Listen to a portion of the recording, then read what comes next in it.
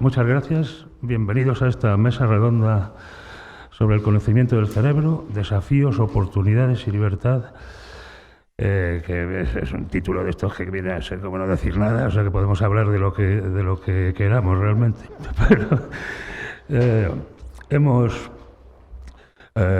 también os agradezco por no daros la mano ni besaros y por no haber gastado mascarillas en las farmacias, que veo que ninguno lleváis. Bueno, hemos visto esta mañana que entender el cerebro es un reto enorme y desde algunas de las imágenes que nos ha presentado Javier de Felipe nos han dejado anonadados, porque realmente esas redes de neuronas, cada una con 10.000 dendritas, conectándose y saltando en códigos de pulsos y como un código Morse de pulsos, no estamos en condiciones ni técnicas ni de conocimiento para entender todo ese follón, ¿no? Entender cómo funciona el cerebro. Tenemos muchísimos datos, pero como hemos visto que dijo Sidney Brenner, tenemos que transformar esos datos en conocimiento, porque si no, los datos nos van a sepultar. La información no es en sí misma conocimiento y la biología está anegada de información ahora mismo, ¿no? Por otro lado, también hemos visto que no hace falta entenderlo todo, entender el cerebro en todos sus aspectos para empezar a usarlo o a aplicar nuestros conocimientos y técnicas, por parciales que sean, por ejemplo, al tratamiento de enfermedades neuronales o neurodegenerativas. Esto es en el mismo sentido que tú no necesitas entender un riñón hasta cada nefrona para hacer un trasplante de riñón, ¿no? Es una metáfora un poco bruta, pero estamos en condiciones ya de aplicar nuestro conocimiento del cerebro, por ejemplo, en estas interfaces que hemos visto, interfaces mente-máquina, ¿no? Que ya existen en los implantes cocleares, por ejemplo, o en los electrodos implantados en el nervio óptico, que ayudan a algunas personas ciegas a recuperar parte de la visión. Bien, pues vamos a cubrir, ¿no?, con nuestros super invitados. Tenemos 3 super invitados. Son 2 neurocientíficos y un médico con una gran trayectoria en bioética y un hombre cuyas reflexiones han ayudado a varias generaciones de médicos y científicos a orientarse en la jungla de la filosofía que implica la medicina y la biomedicina, ¿no? Perdón.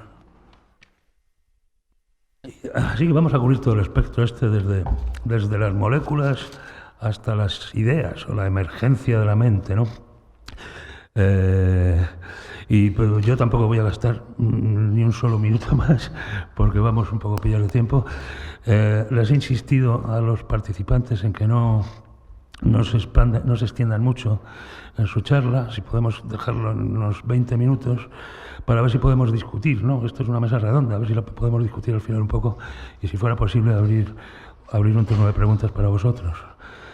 Bien, tenemos a Paola Bolenta, profesora del CSIC, miembro del Consejo Científico del European Research Council. No necesito decir dónde está, porque es la única mujer en la mesa. Luis Martínez, que nos está cubriendo de emergencia la falta de Carlos Belmonte, que tiene una cuestión oftalmológica. Vamos, que el oftalmólogo no le deja viajar en este momento y no ha podido moverse de Alicante. Y él es neurocientífico y trabaja también en el Instituto de Neurociencias de Alicante. Y Diego Gracia, catedrático de Medicina y Bioética de la Universidad Complutense. Este sí que es un buen título el que ha puesto Diego. Un mundo feliz, cerebro, determinismo y libertad. Estos son al final, todas estas moléculas y neuronas y redes neuronales, al final lo que hacen es producir una mente, ¿no? Unos pensamientos y permitirnos aprender, ¿no? Aprender códigos morales, entre otras cosas. Y este es un problema central de la neurociencia y quizás de la ciencia, que es el de la emergencia, los sistemas emergentes, la complejidad emergente. Y sin más que decir, Paola, adelante, por favor. Bueno, muchas gracias, Javier, y muchas gracias a Carlos y a la organización por invitarme en esa mesa. Sí, en esta mesa redonda. Una mesa redonda complicada, pues supongo, como el tema que nos ataña hoy.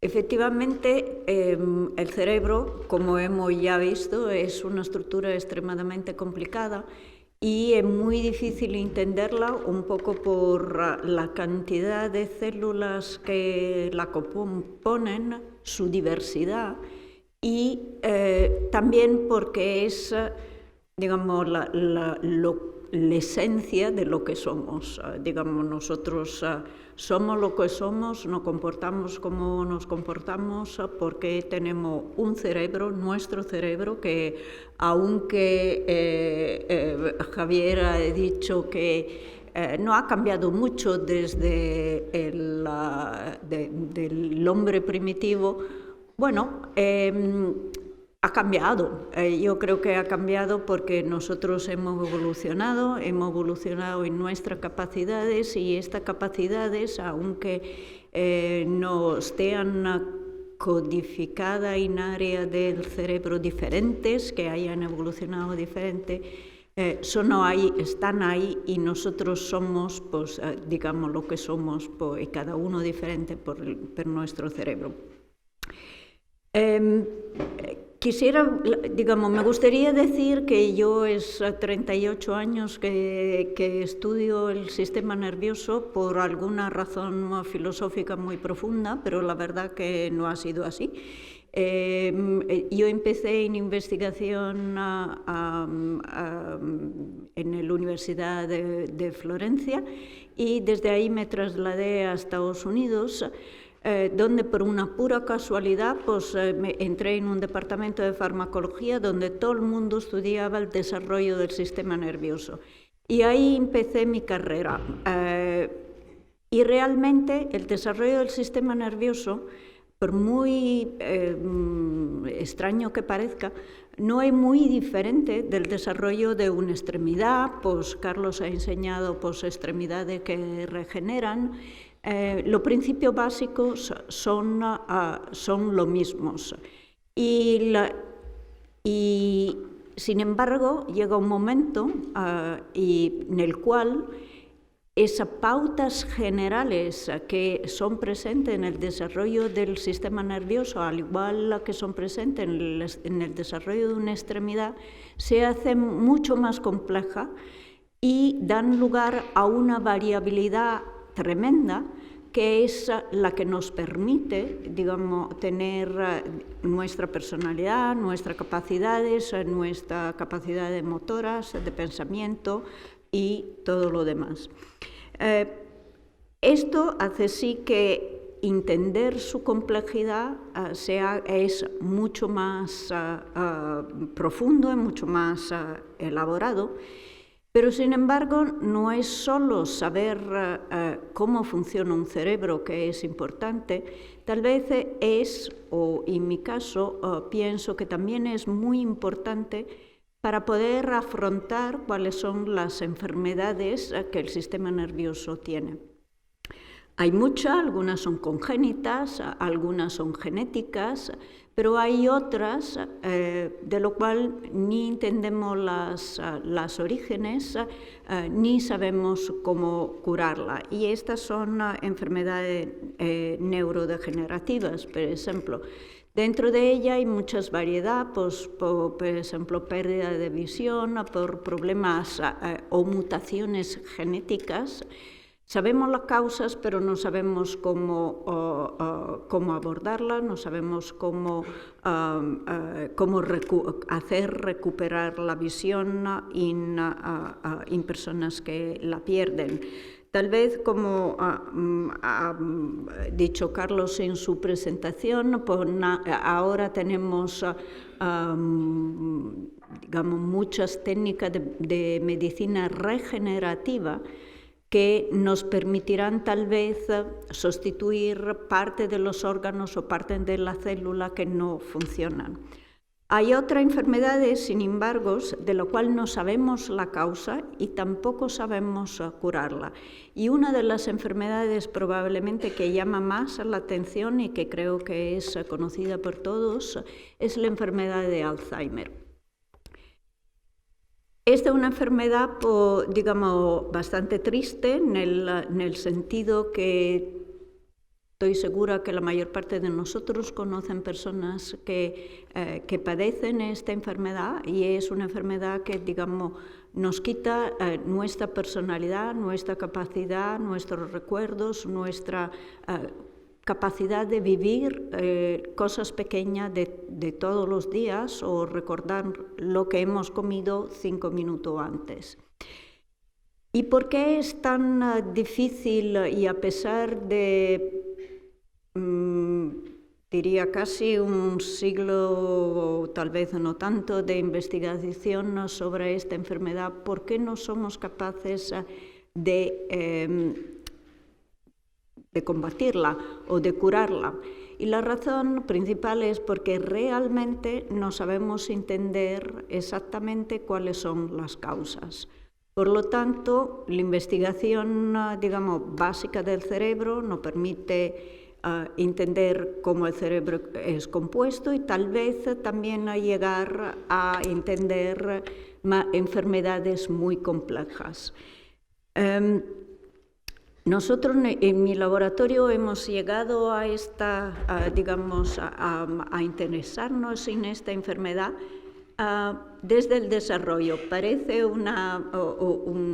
digamos, algo bastante raro, pero realmente algunos descubrimientos así de serendipity, como se dice, por casualidad, identificamos una proteína que tenía un papel durante el desarrollo de la retina del ojo, y fuimos capaces de hacer algunas conexiones y pensar, bueno, si esto hace esto en este proceso, tiene que tener también una cierta importancia en este otro que ocurre durante la enfermedad de Alzheimer.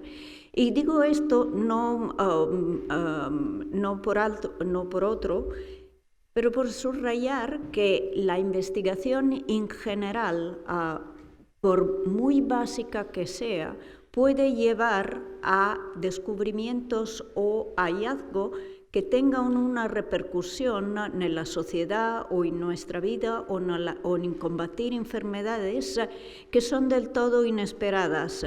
Y quisiera, digamos, tomar el relevo de lo que Carlos de alguna forma ha puesto en su presentación, que realmente investigar desde un punto de vista muy general tiene potencialidades y tiene una,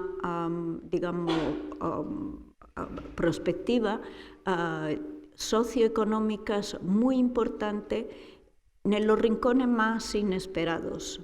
Y por lo tanto, la sociedad debe de entender este problema, debe tener una cierta trust en los investigadores y esperar que, digamos, de la inversión que se hace en ciencia nazcan en el futuro, pues tal vez cercano o tal vez un poco más lejano, aquellas soluciones que necesitamos.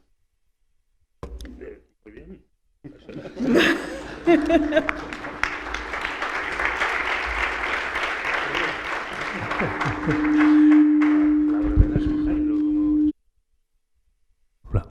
Y no es el mío, pues ahora sí. Vamos entonces con Luis Martínez. Estamos muy bien de tiempo. Me estoy muy contento por estas intervenciones. Luis, por favor. Muy bien. Muchas gracias. Gracias a todos y a Carlos Belmonte también por darme la oportunidad de estar aquí. Yo me voy a mover en un plano un poquitín más abstracto que Paola. Yo estudio neurociencia cognitiva, sobre todo basada en percepción y cognición visual. pero también otros aspectos de la cognición, como toma de decisiones morales, etcétera, memoria. Y quiero empezar para, supongo que romper un poco el clima académico y para poner el tono, haciéndonos una pregunta. Y es, ¿qué os parece que es más probable que exista, el ratoncito Pérez o el Yeti? Es una pregunta curiosa. ¿Qué os parece más imposible? ¿La capacidad de teletransportación que aparece en Star Trek o el poder mental de los Jedi en Star Wars? Lo fantástico de la mente humana es que podemos razonar sobre cosas completamente irracionales como estas. Yo tengo un amigo que es catedrático de electromagnetismo que midió la temperatura del infierno en base al ritmo al que estarían entrando las almas, ¿no? Si era exotérmico, endotérmico, todas estas cosas. ¿Qué le dio? Pues creo que le dio que estaba acumulando temperatura continuamente, porque si en el infierno tenías cuenta, si tenías en cuenta que cada religión prácticamente tiene su infierno, y para ir al infierno de esa religión uno de los requisitos fundamentales es no pertenecer a ella, y la mayor parte de la gente no pertenece a todas las religiones, pues estaríamos todos entrando en el infierno y eso estaría acumulando masa. Y puede que estemos, ¿no? Y puede que estemos, exactamente. Pero la historia es que podemos tomar este tipo de decisiones. Podemos decidir, por ejemplo, que el Yeti es más probable que exista que el ratoncito Pérez. Cada uno, creo que todos estaríamos de acuerdo con eso. Incluso podemos, como mi amigo el catedrático, podemos incluso medir la velocidad a la que el ratoncito Pérez tendría que viajar por todo el mundo recogiendo los dientes de todos los niños cada noche. Podemos hacer ese tipo de cábalas, ¿no? Podemos razonar sobre lo que es completamente imposible. Y graduarlo. Podemos hacer eso, aun cuando sabemos todos que imposible es una condición simplemente absoluta, o sea que las respuestas deberían ser binarias, no deberíamos poder comparar dos cosas, una más imposible que otra si son exactamente imposibles. No es como, por ejemplo, como alto o bajo. Si yo digo que Pau Gasol es más alto que yo, estoy reflejando un hecho real del mundo, pero si digo que el Yeti es más posible que el ratoncito Pérez que exista, no estoy reflejando nada mesurable ni cuantificable del mundo, estoy haciendo una pequeña abstracción. Pero entonces, ¿por qué podemos hacer esto? ¿No? ¿Por qué podemos hacer este tipo de cosas? ¿Y qué dice esto sobre los procesos cognitivos normales que todos tenemos en cada uno de nuestros momentos? Cuando Carlos me dijo, tienes que ir y hablar de algo, y yo, pues, ¿y de qué quieres que hable? Pues yo iba a hablar del futuro de la neurociencia o algo así, me dijo, yo, bueno, pues yo voy a hablar entonces de esto. ¿Qué nos dice esto de los procesos cognitivos? ¿Cómo los estamos estudiando? ¿Y por qué creo que estamos fallando? Que entronca un poco también con lo que Paula decía que no conocemos muchas cosas sobre cómo funciona el cerebro. Al no conocerlas, no sabemos cómo atajar muchos de los problemas que se derivan de enfermedades, tanto del desarrollo como enfermedades subsiguientes que aparecen a lo largo de la vida.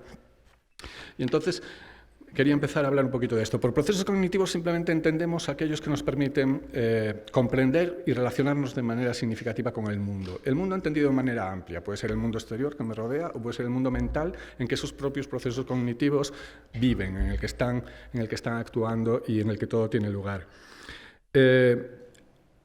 Sirven para entender la realidad. El problema de partida ya que tenemos es qué significa realidad.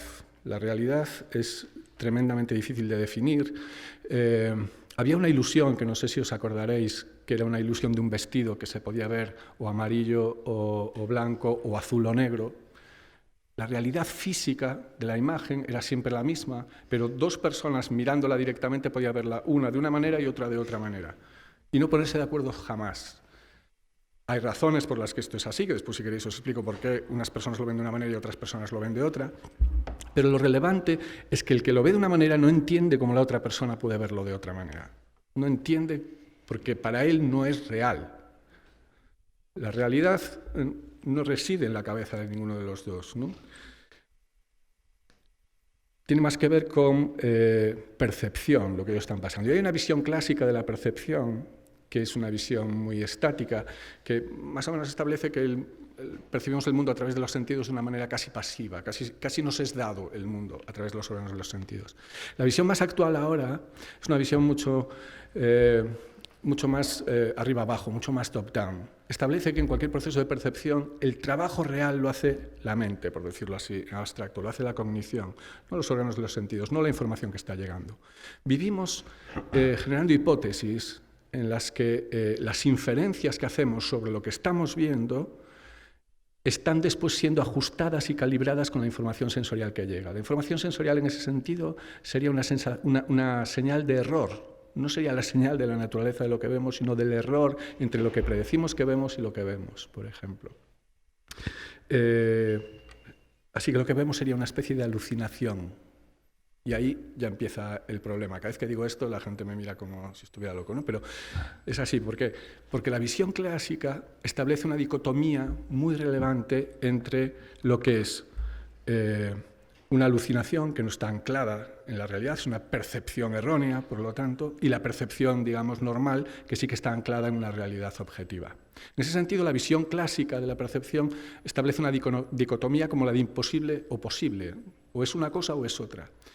El paradigma nuevo, el paradigma de Predictive Coding, establece un continuo entre alucinación y percepción, mucho más parecido a lo de alto-bajo. La diferencia que hay entre Pau Gasol y yo es una diferencia que se puede medir en un continuo. Y esto es muy, muy, muy interesante porque nos pone completamente en un mundo totalmente distinto. Anishet decía que las alucinaciones son percepciones incontroladas y las percepciones normales y habituales son alucinaciones controladas. Tanto en una alucinación como en una percepción, la interacción entre las inferencias que estoy realizando y el mundo real, la información que yo capto a través de los órganos de los sentidos, es fundamental. Lo único que pasa en una alucinación, tal y como la entendemos normalmente, es que esa entrada sensorial, esa información sensorial que capto, es incapaz de anclar mi alucinación, mi percepción, en las causas que hay reales en el mundo de esa alucinación. Esta es la diferencia. Y esto tiene mucha relevancia para muchas enfermedades como esquizofrenia y todo esto, muchísima relevancia. Y por favor, no entendáis que quiero decir que el mundo es una alucinación, el mundo existe. Esto ya lo decía Locke en el siglo XVII cuando hablaba de sus causas primarias y sus causas secundarias. Un autobús tiene causas primarias, que es el espacio que ocupa, el volumen, la dureza de los materiales, etc. Y las causas secundarias es como yo percibo el autobús. Eso es una causa secundaria, pero por eso no os tiréis a una carretera cuando pasa un autobús porque las causas primarias os pasan por encima. O sea, el autobús en sí no es una alucinación. La manera en la que yo veo el autobús sí es una alucinación. Esa es la gran diferencia. Entonces, cuando cambiamos de paradigma, ¿qué es lo que pasa? Pues que hasta ahora muchos investigadores estaban diseñando sus experimentos, estableciendo sus hipótesis y analizando sus datos siguiendo la visión clásica, como si el mundo fuera casi captado de manera pasiva. Yo lo he hecho muchos años en el laboratorio. Coges unos estímulos, estudias, registras, ves lo que está pasando, no tienes en cuenta nada más de lo que pasa alrededor. Y esto te da una visión muy limitada de lo que el cerebro está haciendo realmente. Ahora todo esto está cambiando, somos capaces de hacer cosas mucho más sofisticadas, gracias fundamentalmente a nuevos desarrollos tecnológicos y nuevos desarrollos conceptuales que vienen con el aprendizaje profundo, con la inteligencia artificial, etcétera, etcétera. Que, bueno, después podríamos discutir. Otro problema que normalmente no tratamos en laboratorio, sino que encima nos lo cargamos, es el de la diferencia que hay entre distintas personas. Pessoa decía que los viajes son los viajeros, que lo que vemos no es lo que vemos, sino lo que somos. Increíble la intuición de alguien que escribió hace casi 100 años esta frase, o 100 años o por ahí, la debió escribir, para darse cuenta de eso. Es lo mismo, está hablando de las inferencias que nosotros hacemos, la mochila que traemos de nuestras propias experiencias es fundamental. La manera en la que yo veo no depende única y exclusivamente de que tenga un cerebro humano que registre, o sea, que sí depende de esto, pero que no está precableado siguiendo una herencia genética que es propia de la especie, aunque sí, compartimos muchas cosas todos los humanos del mundo gracias a eso. Después comparto muchas cosas también con personas que se han educado en la misma cultura que yo. Son convenciones culturales que hemos ido adaptando. Pero después tengo una experiencia propia que es intransferible, es subjetiva y que esa da forma a todo lo que yo estoy viendo. Y esa no se puede trasladar. Esto hace que la variabilidad sea muy, muy grande. Y cuando desarrollamos experimentos en el laboratorio, lo que hacemos es cargarnos esa variabilidad. Cogemos sujetos, promediamos los resultados y desechamos la variabilidad, cuando la variabilidad es fundamental. Y uno de los problemas para mí que hay ahora en esta crisis de reproducibilidad en mucha de la neurociencia cognitiva es que esto no se tiene en cuenta y es fundamental. La variabilidad, la diferencia entre resultados en distintos laboratorios, lejos de ser un problema, podría ser un verdadero acicate y podría ser la solución a muchas de las cosas. Lo único que tenemos que hacer es ser mucho, mucho más rigurosos a la hora de describir cómo hacemos los experimentos, qué tipo de sujetos estamos utilizando, etcétera, etcétera. Y esto es algo que no se ha estado haciendo durante mucho tiempo. La variabilidad es, por lo tanto, fundamental. Otra cosa que desechamos en el laboratorio continuamente en la aproximación clásica es el contexto. El contexto en el que se ejecutan las tareas es también fundamental. Mira, para poneros un ejemplo muy claro para entenderlos todos. Y ya casi acabo, Javier, para que no me des el codazo. Sí.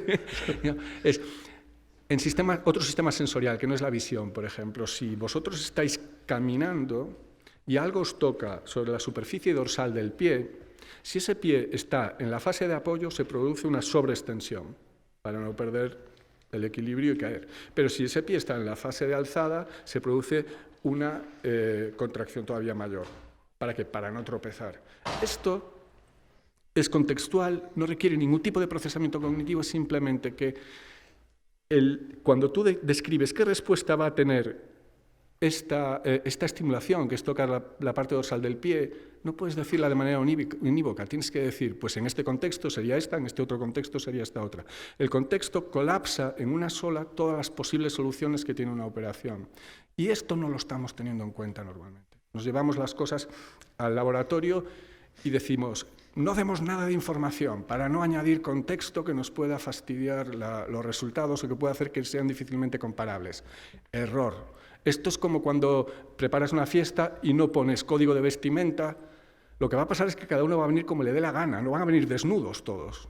Eso no va a pasar nunca. Nosotros cuando diseñamos los experimentos los diseñamos pensando que van desnudos los sujetos experimentales. No es verdad. Cada uno viene con su propia mochila.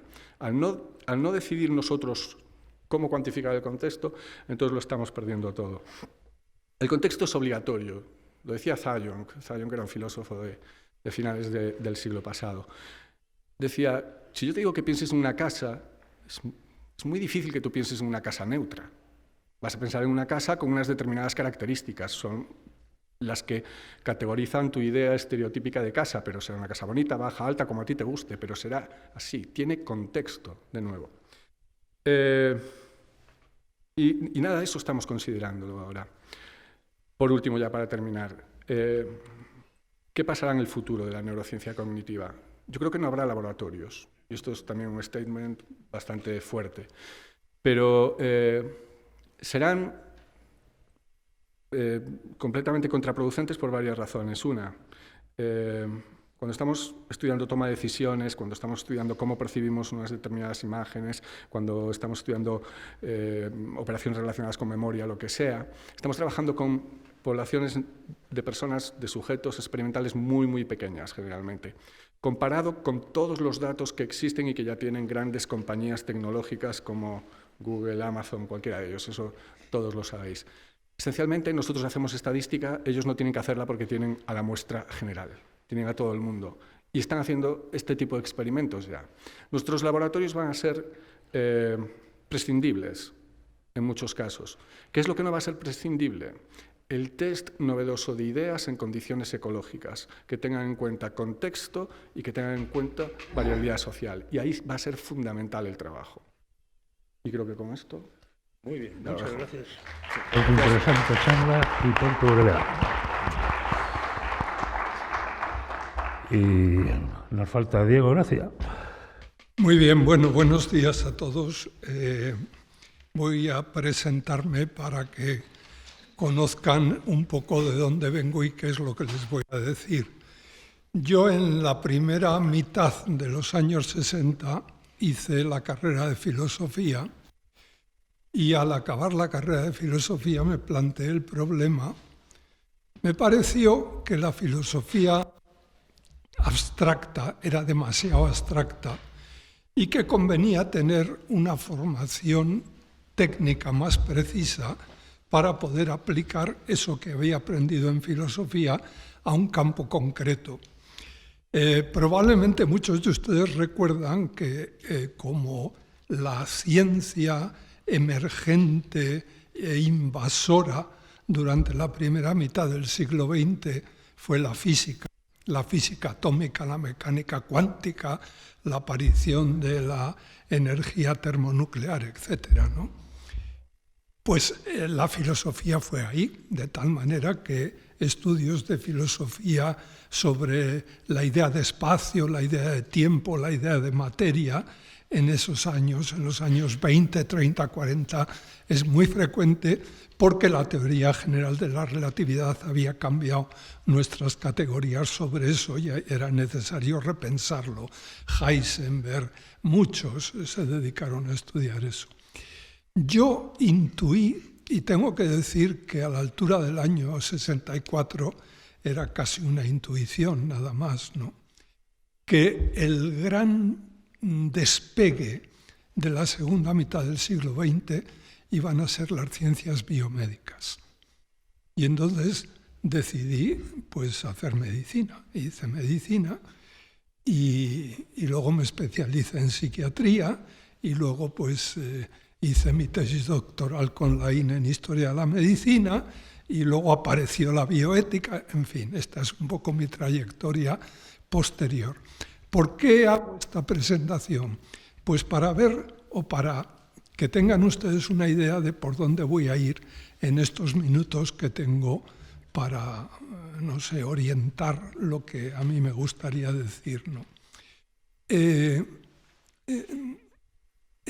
Yo recuerdo que hace como 20 años vino a Madrid yo era catedrático de Historia de la Medicina de la Facultad de Medicina de la Universidad Complutense y vino el catedrático de Historia de la Ciencia de la Universidad de Harvard. Entonces estuvimos cenando y me dijo una cosa en la que yo no había caído. Dice, ¿usted sabe por qué, en fin, esta abundancia de nuevas tecnologías en el mundo de la medicina, el TAC, el PET, la resonancia magnética, no digamos la ecografía, en fin, tantas, ¿no?, que ha revolucionado el mundo de la medicina, afortunadamente, ¿no?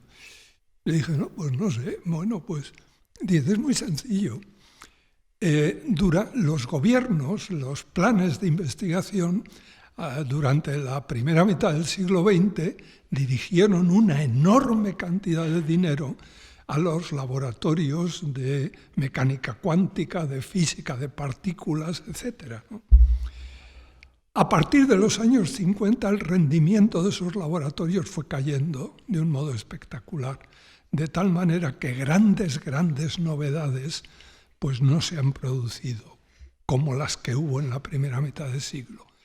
Y entonces los laboratorios y los investigadores, para poder seguir teniendo grants y manteniendo pues a sus personas y tal, tuvieron que ver dónde podían aplicar sus conocimientos de física y concretamente, como no sé si recordarán en la época de Kennedy, ¿no?, la década del cerebro, la década de la oncología, en fin, hubo varias décadas, ¿no?, y ahí había mucho dinero.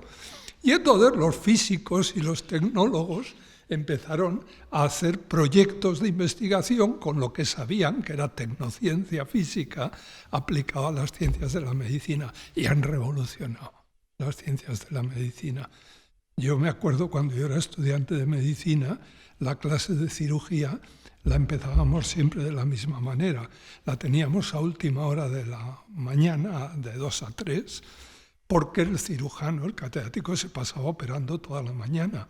Y la clase la comenzaba siempre explicándonos lo que había hecho a lo largo de la mañana. Y estoy hablando del año 62 o 63.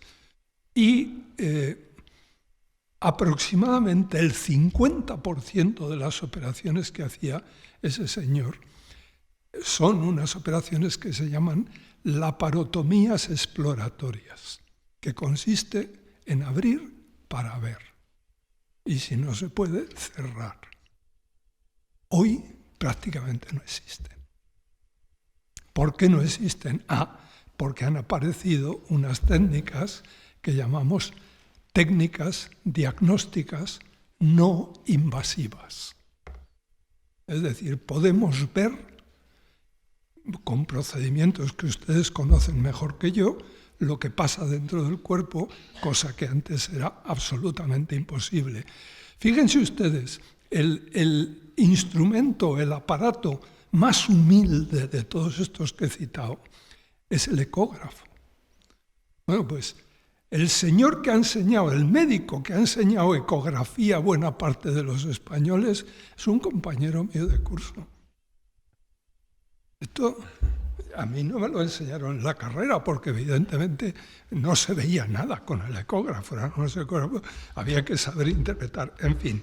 Bueno, ¿qué quiero decir con esto? Pues que, en fin, la tecnología aplicada al mundo de las ciencias biomédicas no solo es revolucionaria, ha revolucionado ya en 40 años el mundo de la biomedicina, el mundo de la biología y el mundo de la medicina. ¿En qué aspectos? Pues yo diría, todos del cuello para abajo. Es decir, antes se ha visto como pues el modo como se mueve un brazo se parece mucho pues, a como lo hace una polea, en fin, y por tanto la mecánica ahí funciona muy bien, ¿no? Y lo que llamaba Descartes la res extensa, el cuerpo humano en tanto que cuerpo dotado de extensión y de movimiento, pues se rige muy bien por las leyes de la física. ¿Qué pasa? Pues que como subamos del cuello para arriba, aparece el gran misterio del cerebro. Tan misterio que Descartes, a la vez que hablaba de la res extensa, hablaba de otra res, de otra cosa, la res cogitans, que es el cerebro. ¿Y eso cómo funciona? Descartes pensaba que ahí la mecánica tiene poco que hacer. Tiene mucho que hacer, tiene poco que hacer. Yo les diría, miren, los filósofos que, en fin, merece la pena tenerles en cuenta de vez en cuando, porque piensan mucho y a veces aciertan, ¿no? Los filósofos tienen claro, y esto lo dijo un filósofo muy conocido, todos ustedes lo conocen, que se llamó Hegel, y a partir de ahí pues ha hecho escuela, afortunadamente, ¿no? ¿Y qué es eso? Pues es lo que se llama la ley del salto de la cantidad a la cualidad. Es decir, esto se da en historia de la ciencia. Es decir, yo que sé, en la historia de las revoluciones científicas, el libro famoso, pues es eso. Es decir, llega un momento en que ¡plaf! Salta. Y esto es el tema también pues, de Prigogine con las... En fin, siempre pasa lo mismo. Y cuando se llega a un cierto momento, aparece una cosa que no es la suma de los elementos anteriores.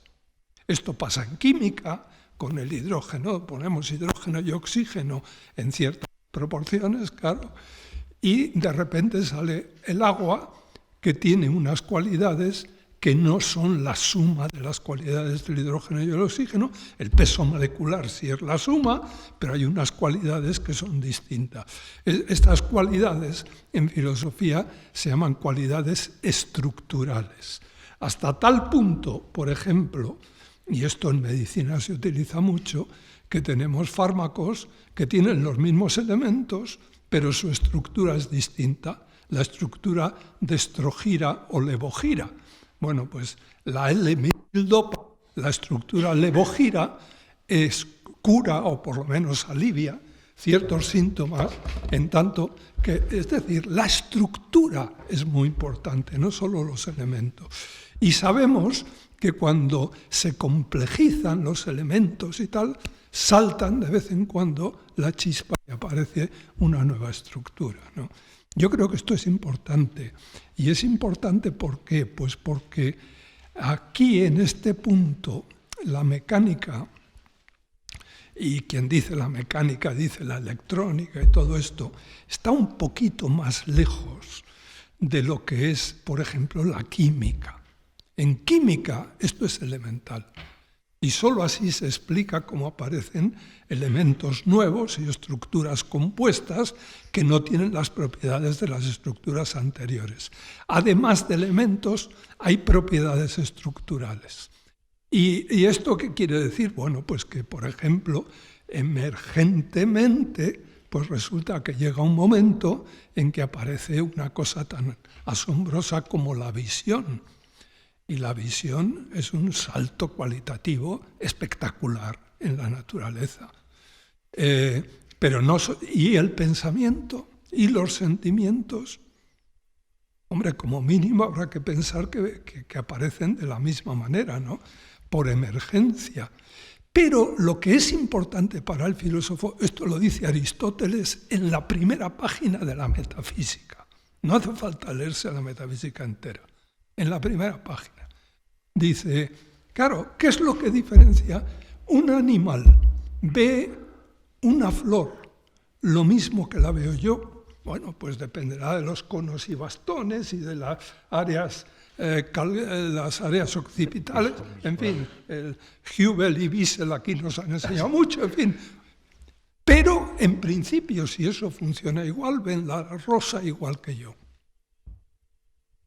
Los contenidos los puede ver igual o mejor que yo. Ahora bien, hay una cosa que es distinta y es el cómo. Hay una cualidad estructural nueva que a mí me hace decir o no decir qué bonita es esa flor.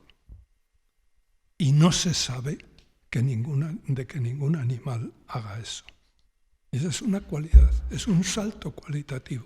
Y esta mañana se ha dicho varias veces, ese salto cualitativo ¿en qué consiste? Bueno, nos abre a un mundo nuevo. Y ese mundo es lo que llamamos la cultura, la vida del espíritu, la vida específicamente humana, etc. Dos cosas más y acabo porque sé que tengo que acabar, ¿no?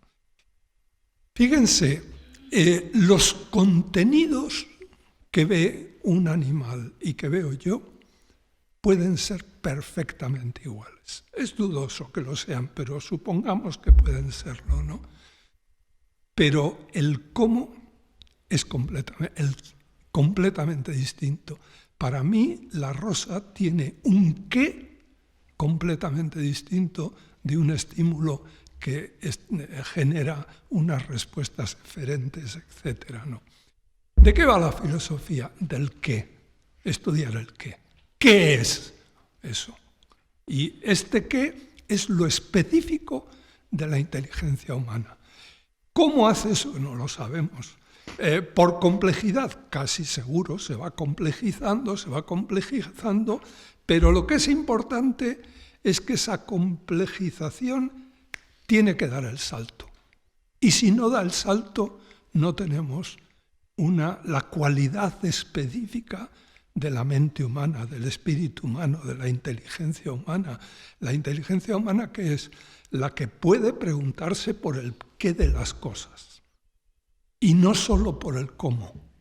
¿Cómo? Pues he ido poniendo chips y más chips y más chips y luego le he dado un programa y tal y sale. Sí, pero el problema es qué es lo que sale, porque podría no salir.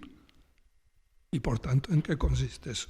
Y una cosa más, como yo, que fui un insensato, puse el título de Un mundo feliz, cerebro, determinismo y libertad, pues 2 palabras sobre el famoso determinismo y la libertad, porque claro, si todo viene así, pues entonces ¿en qué queda la libertad humana?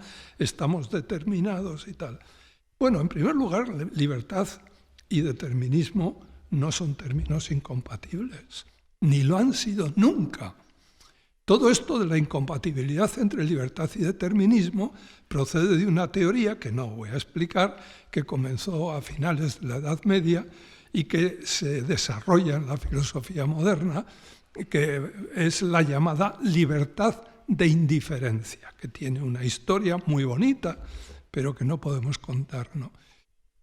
Pero la libertad no consiste en la capacidad de el poder elegir una cosa frente a otras, el que todo me sea en principio indiferente y yo pueda elegir. Por ejemplo, cuando un animal tiene hambre y ve pues un pesebre o comida, está determinado a comer. ¿Por qué? Pues por sus estructuras biológicas. Bueno, pues al ser humano le pasa prácticamente lo mismo.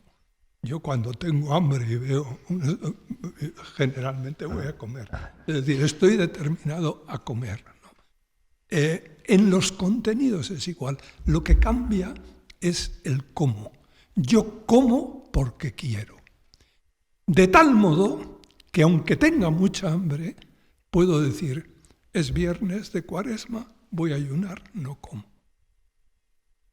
Esto, un filósofo alemán de los años 20, Max Scheler, un gran filósofo, dio una definición del ser humano que merece la pena recordarla, ¿no? Un ser humano es el animal capaz de decir no.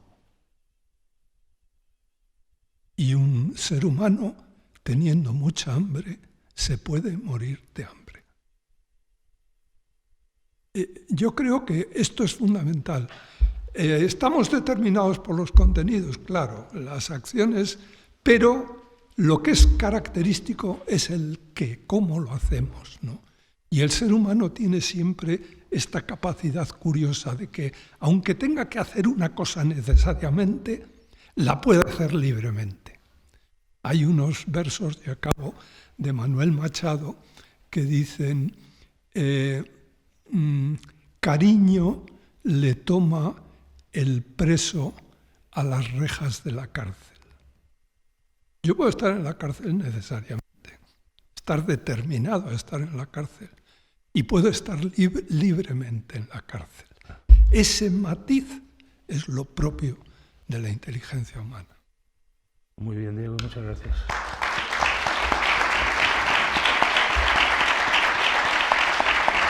No me he pasado, ¿no? Perfecto. Bueno, pues como hemos prometido, yo me gustaría que esto se convirtiera en una mesa redonda. Diego me lo ha puesto facilísimo. ¿Qué opináis vosotros de si hay una diferencia nítida entre el cerebro humano y el de los animales? Cualquiera de los dos. Diría que sí, que hay una diferencia nítida. Si hay una diferencia... Bueno, hay mucha diferencia, depende de los animales, y hay diferencias estructurales, anatómica. Pero quiero decir, un neurocientífico, si yo le encargo a un neurocientífico, encuentra dónde reside la diferencia entre la mente de un mono y la de una persona. ¿Tú qué harías? ¿Dónde la buscarías? Sabemos que tenemos el cerebro más grande, sí, pero hay una diferencia esencial que no sea cuantitativa, como prediría Darwin, que somos monos con un crecimiento del cerebro muy por encima del de nuestro cuerpo. Bueno, sí, como esto nos gusta eso, voy a pasar a cambiar otra cosa. ¿Tú quieres decir algo? No, yo quería decir que esto es una... ¿Se me escucha? Sí, sí, ahora sí. Es una opinión más personal que otra cosa, pero yo creo que cambia la complejidad y el tipo de análisis y el tipo de mundo en el que vivimos, pero los elementos estructurales básicos son los mismos, los circuitos se forman de maneras muy parecidas, las operaciones que realizan esos circuitos también son muy parecidas, y esa es la razón por la que podemos hacer investigación en animales para extrapolar cosas que podamos comprender en humanos. Si eso no fuese así, la investigación con animales no tendría ni el más mínimo sentido en la dirección utilitarista en la que la estamos aplicando ahora casi todos nosotros. Entonces, yo diría que en cuestiones muy, muy básicas son parecidos, porque no podría ser de otra manera. Utilizan los mismos elementos estructurales, los conectan de formas muy parecidas y realizan operaciones parecidas, pero la complejidad sí es muy distinta y la interacción que tienen con el mundo, esto va un poco también con lo que decía Diego, ahí el concepto también me viene a la cabeza, es el de Umwelt, pero es mucho más antiguo que Uexküll y esto. Podemos compartir el mismo territorio, pero analizarlo de manera tan distinta porque las utilidades que sacamos de cada uno de ellos es tan diferente que hacen que nuestro análisis sea más complejo. En ese sentido, nuestro cerebro es muy distinto al cerebro de una hormiga. Pues... Bien. Otra cuestión interesante sería el proceso de abstracción, que no sé si estáis de acuerdo en que es central a nuestra forma de percibir el mundo, ¿no? Imaginad cómo procesamos la información visual. Entra por la retina, va a la región V1 aquí en occipital, de V1 pasa a V2, a V3 y cada vez la información es más abstracta. Más abajo, más cerca de los sentidos, por ejemplo, lo que vemos son líneas de distinta inclinación. Pero en las áreas superiores empezamos a ver formas geométricas, formas tridimensionales y a poder elaborar una especie de geometría de las formas, que es lo que utilizamos para predecir el mundo, para formar hipótesis sobre el mundo, en el sentido de lo que decía Luis. ¿Qué sabemos sobre este proceso de abstracción? Si estáis de acuerdo en que esto es algo central para la cognición, incluso para la percepción humana. Sí, bueno, lo que quiera, esto, somos libres, ¿no? No estamos determinados.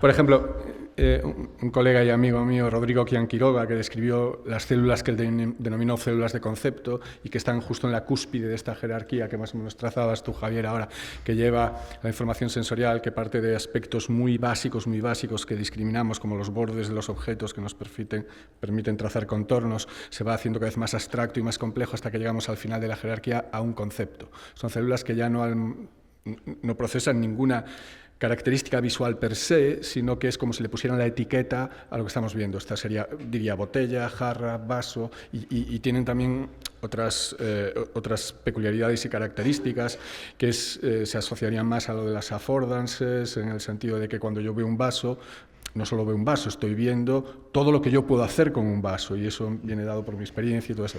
Este tipo de cosas son características humanas, se han descrito, se han encontrado, y no está claro que existan en todos los animales, o ni siquiera que existan en algunos animales. No se han encontrado. Claro, hay una dificultad muy grande para encontrarlas en animales de la misma forma, ¿no? Y eso puede que haya limitado un poco esto. Pero ahí podría haber una diferencia entre un cerebro humano y un cerebro no humano, ¿no? Este tipo de cosas. Pero sí, parece que la abstracción es fundamental. ¿Por qué? Porque es la que nos permite después combinar de manera imaginativa distintos conceptos, pensar, trazar líneas de... Sí. Por favor. Independientemente creo que es verdad que los animales nos sirven de modelo, hay muchas similitudes entre un cerebro de un animal o de un mamífero con un cerebro humano, pero hay muchas diferencias.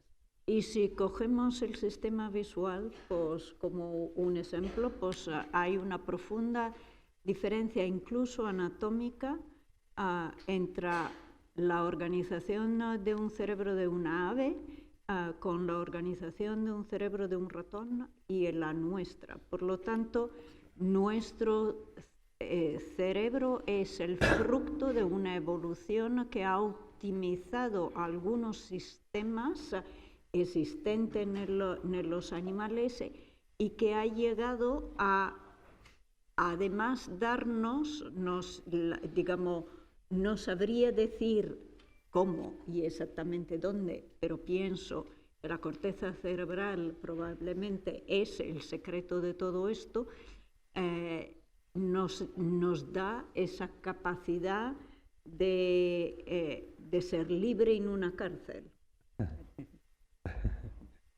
Pero hay una evolución detrás que nos hace diferentes. ¿Diego? Sí, a propósito de lo de Lundveld que acaban de citar, claro, esto, por ejemplo, Zubiri, un filósofo español muy versado en ciencia y muy reflexivo sobre los datos de la ciencia, lo decía con mucha claridad, ¿no? Claro, el concepto de Umwelt, de medio, lo introdujo un médico alemán en los años 80 del siglo XIX. Y la tesis de él es una tesis, hoy como todos somos ecologistas, esto se entiende muy bien, ¿no? Hace un siglo se entendía un poco peor, o no se entendía, ¿no? No hay ser vivo sin medio. Y si le sacas del medio, el ser vivo no es ser vivo. Ponemos un oso polar en el desierto del Sahara y se muere. Por tanto, esto es muy importante desde el punto de vista conceptual, porque nosotros utilizamos a los seres como unidades autónomas, ¿no? Una rata, un perro, un ser humano. Bueno, mucho cuidado, porque la rata no es rata si no está en un medio, y el oso polar no es oso polar si no está en un medio. Por tanto, la cosa es más compleja de lo que parece. Pero, ¿qué es lo peculiar de la mente humana? Vuelvo a lo que decía Zubiri, dice, lo peculiar de la mente humana es que no tiene Umwelt. En alemán significa alrededor y Welt significa mundo. Umwelt se traduce a veces por perimundo, pero esa es una traducción muy... Y entonces se traduce por medio, el medio. Sí. ¿Qué es lo que nos hace la inteligencia?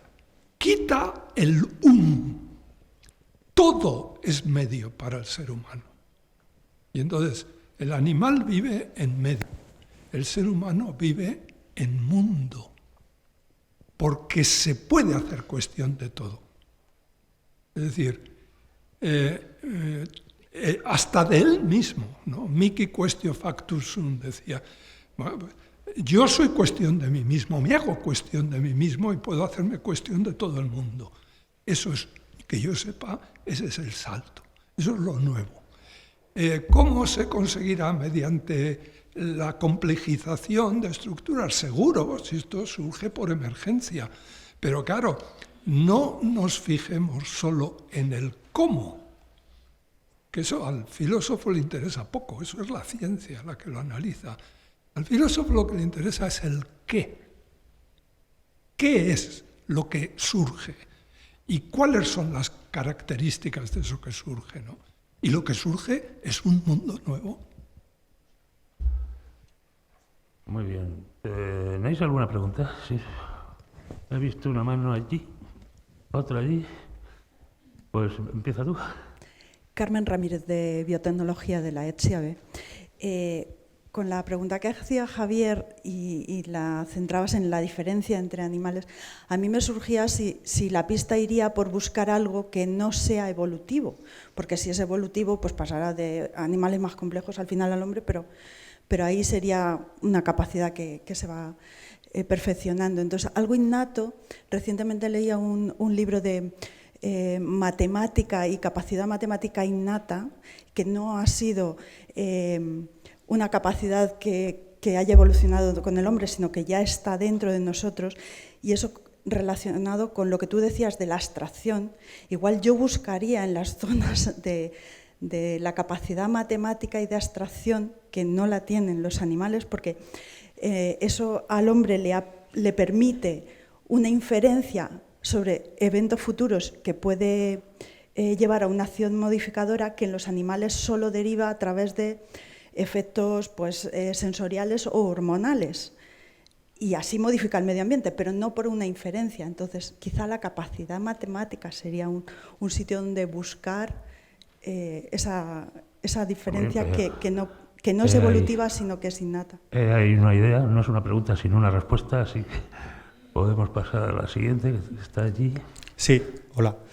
Bueno, muchas gracias a todos por las reflexiones que habéis aportado. Esta pregunta yo creo que es para Carlos, por lo que mencionabas del contexto. Perdón. Vale. Bueno, yo sé que tengo solo un cerebro, pero muchas veces me cuestiono si tengo solo una mente. Quiero decir, me doy cuenta de que no tomo las mismas decisiones si estoy asustado, si estoy tranquilo, si tengo hambre, si tengo sueño o a lo largo del día. Entonces, mi pregunta es si los investigadores o la ciencia tienen ya alguna intuición o tenéis una idea de cómo funcionan los mecanismos que hacen que se active, digamos, un patrón de mente frente a otro, por decirlo de alguna forma. Muchas gracias. Gracias por la pregunta. Ojalá tuviera una respuesta corta para esa pregunta tan precisa. Vamos afinando el tiro y la cosa importante para mí es que el cerebro es una máquina contextual, ¿vale? En el que asigna valor a distintas características de cada elemento con el que está trabajando y utiliza operaciones de normalización con esos valores. Esto tan complicado te lo explico con una hamburguesa. Tú tienes muchísima hambre y muy poco dinero, y la hamburguesa te parece lo más maravilloso del mundo y vas y te la comes. Tú tienes muchísima hambre, mucho dinero y tiempo y te tiras un buen rato buscando un buen restaurante y una comida de campeonato. El valor que le das a la hamburguesa en un momento y en el otro es completamente distinto. Y si yo te pido que describas cosas sobre ella, vas a utilizar tonos mucho más positivos en la primera situación y mucho más negativos en la segunda. ¿Por qué? Porque al principio estás valorando ciertas cosas que la hamburguesa tiene, que es barata, que es rápido, porque tienes que comer ya, y estás desechando o dando poquito valor a las características que son malas, que es que nutricionalmente no es un alimento demasiado recomendable, etcétera, etcétera. Y un poco por ahí. Los modelos que utilizamos hasta ahora eran modelos clásicos, muy racionales, y ahora mismo estamos intentando... No me gusta decir que no son racionales, porque son exactamente igual de racionales, simplemente son cambios en la asignación de valor. Estamos utilizando modelos que son más contextuales, eso es lo que prefiero decir. Bueno, estamos ya... Así. Sí. Al propio Carlos quiere... Sí, pues una pregunta puedo hacer o ya no puedo. Digo que he hablado mucho. Venga. Javier, no, es que si quería hacer solamente 3 aspectos que se han discutido ahora y también anteriormente, y es que yo creo que tenemos una visión muy antropocéntrica de lo que somos. Una visión antropocéntrica, que todos creemos que nosotros somos únicos en muchos aspectos y es lo mejor de lo mejor. Y yo creo que tenemos que meditar también sobre los cerebros. El cerebro de los animales son otros mundos. Hay tantos mundos mentales como cerebros existen. Entonces no es lo mismo la mente de un macaco que de un perro, de un gato, de una jirafa. Y nosotros no somos especialmente nada. Somos únicos en muchos aspectos, pero también son únicos las jirafas y los leones, y etcétera. Con respecto a la belleza, también tenemos, por ejemplo, hay muchos casos de, por ejemplo, incluso a aves, que son los pergoleros, que para atraer a las hembras pues, mezclan colores, producen efectos visuales, igual que hacemos nosotros, no para el abordaje sexual, sino simplemente por la belleza, ¿no? Y que otra cosa que también quería comentar sobre los cerebros y que yo creo que es un aspecto que nunca meditamos, lo que decía antes también, lo has comentado tú, Paula, es que hace 200.000 años el cerebro, el tamaño, era igual que ahora. ¿Qué es lo que ha cambiado en tantísimos años? Durante milenios de años no hemos sido capaces de percibir la belleza, de escribir, de nada. Eso ha sido poco a poco y luego ha ido muy progresivamente. ¿Por qué? Porque la educación, el entorno ha ido aumentando de forma exponencial. No es nada que nacemos con capacidades matemáticas o pictóricas, es algo que se tiene que desarrollar y es el entorno el que nos hace eso. Nuestro cerebro es plástico y eso es una cosa muy importante que tenemos que meditar. Si a un niño de ahora le colocas hace 200.000 años en una caverna, va a ser pues, también tan primitivo como nuestros antepasados. Y si a uno de hace 200.000 años le colocas aquí ahora, va a ser un niño como cualquiera de nosotros. Y nada más era eso. Gracias, Javier. Tenemos que dejarlo. Carlos, ¿querías decir algo? Sí, muchísimas gracias, y es verdad que es fascinante absolutamente oír las distintas aproximaciones, incluida la aproximación filosófica con una visión histórica de dónde vamos. En cualquier caso, y de esta aproximación estrictamente científica, y por supuesto por no tomando aquí el viejo debate que hubo entre Popper y Wittgenstein, ¿no?, a propósito de lo que puede hacer la ciencia, la contribución, no en el caso de Wittgenstein de la filosofía, sino incluso la palabra, que sería otro elemento que sería importante introducir en este debate. Un planteamiento, desde el mundo estrictamente científico, es verdad que existen unas propiedades emergentes, no únicas adscribibles al cerebro, sino en la propia estructura de la materia. La diferencia es que esas propiedades, la ciencia ha sido capaz de identificarlas, estudiarlas y cuantificarlas. La cuestión ahora, ¿son las propiedades emergentes del cerebro incapaces de ser abordadas desde el punto de vista científico?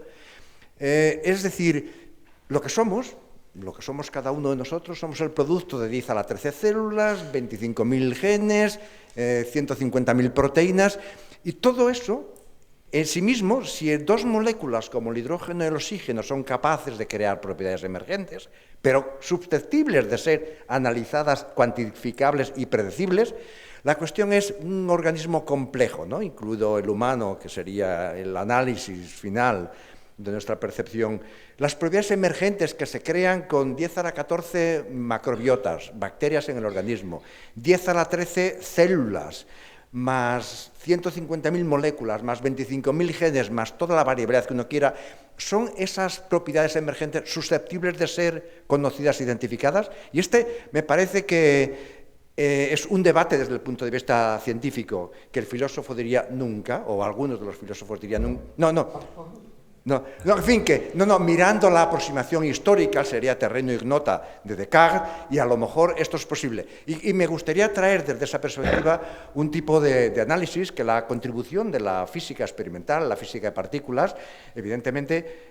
Estoy totalmente de acuerdo con tu análisis y una de las grandes consecuencias de la revolución en la biología y la medicina ha sido, de hecho la biología molecular la crearon los físicos, ¿no? En el entorno de la Segunda Guerra Mundial, los físicos creyeron que habían resuelto toda la problemática de la física y pensaron que el problema fundamental residía no tanto en la medicina, en la biología, ¿no? Y que la biología ha sido la gran revolucionaria de la medicina y fueron los creadores de la biología molecular.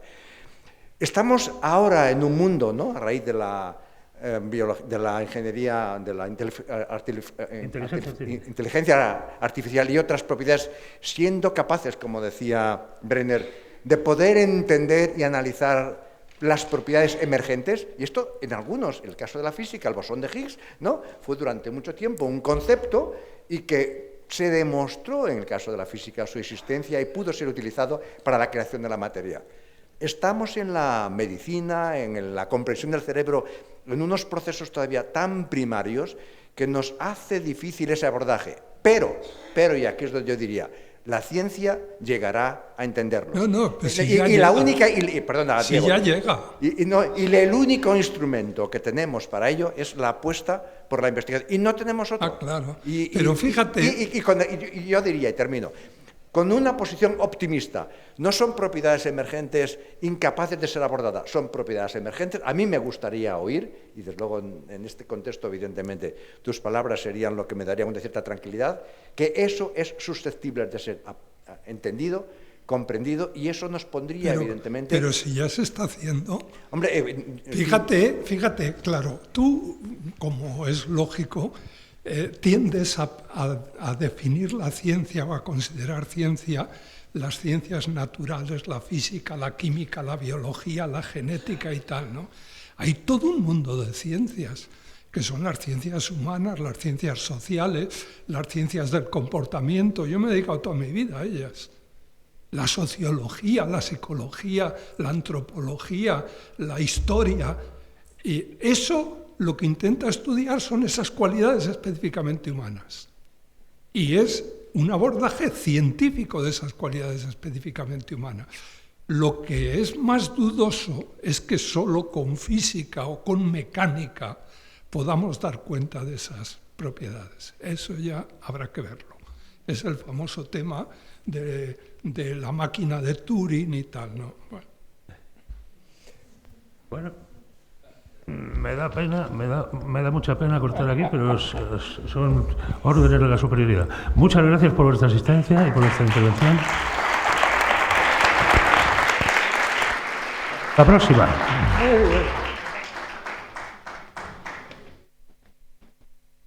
Bueno, si me perdonáis solamente 2 minutos, primero de nada, daros las gracias a todos por vuestra presencia intensa hasta el final, que no es fácil, y que demuestra el interés que estas jornadas han levantado. Yo recordar 2 o 3 pequeñas ideas que a mí se me vienen a la cabeza y que me tendréis que perdonar porque pueden carecer de rigor científico, pero intentaré ponerles el sentido común.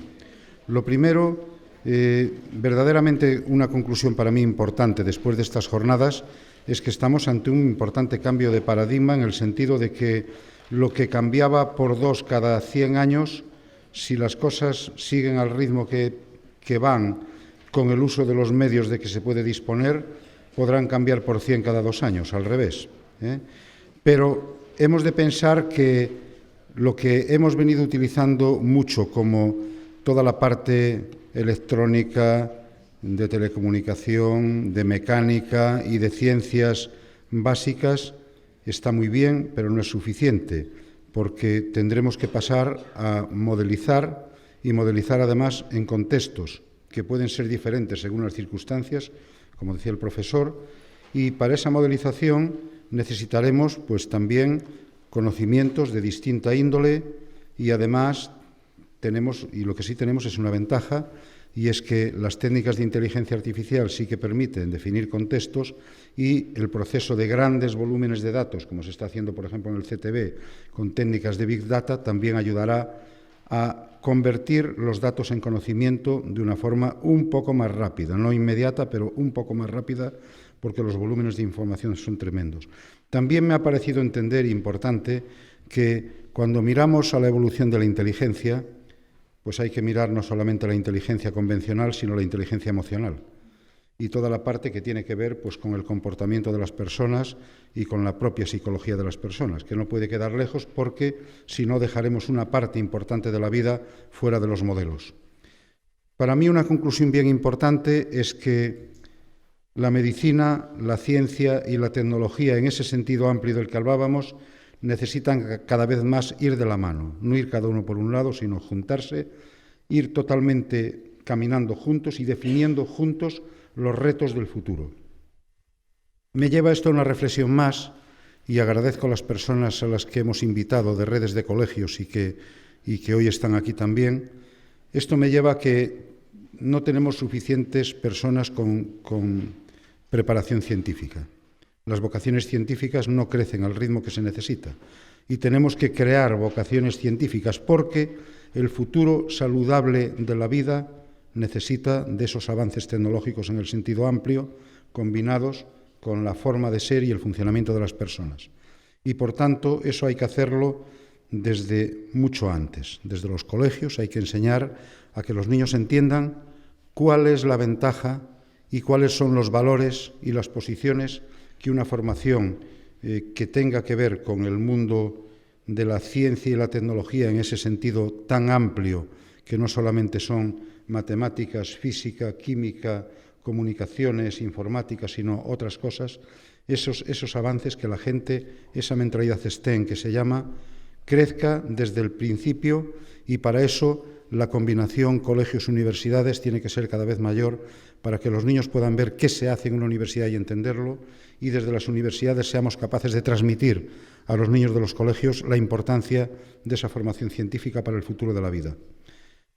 Para mí, esa labor de los colegios es grande, pero también hay otra labor de la sociedad que descuidamos, que es que también desde las familias, desde las empresas y desde los medios de comunicación social hay que hacer parte de esta labor, transmitirla y reconvertir el pensamiento de las personas a que hay factores importantes en la vida que permiten que, aunque una profesión hoy no la consideremos como tan bonita o tan sencilla de alcanzar, aunque se vea más difícil de alcanzar, puede llegar a ser muy importante para la vida.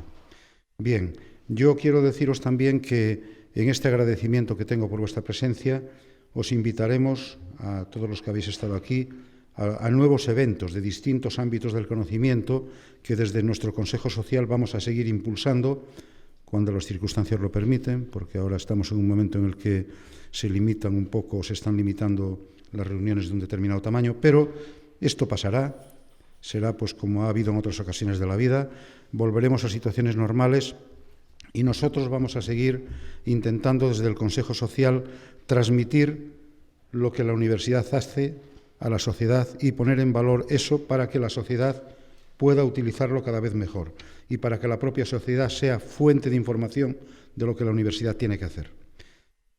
Os doy las gracias a los ponentes, a los asistentes, a los organizadores, al rector y a su equipo, porque la verdad es que si tienes un buen equipo rectoral tienes capacidad de trabajar y un consejo social puede hacer su labor y si no, no puede hacerlo.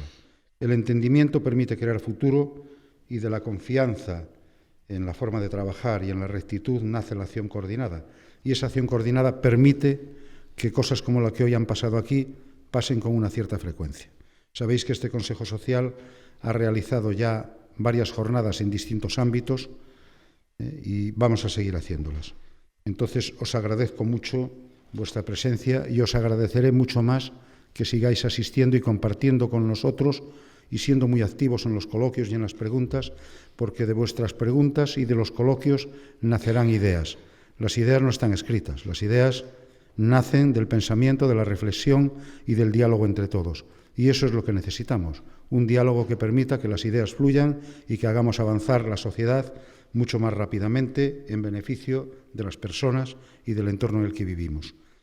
Nada más, muchas gracias. No olvidéis recoger vuestros diplomas.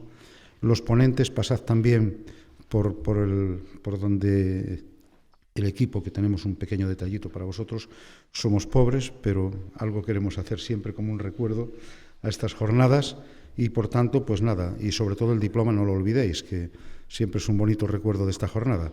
Así que muchas gracias a todos y que tengáis un feliz fin de semana.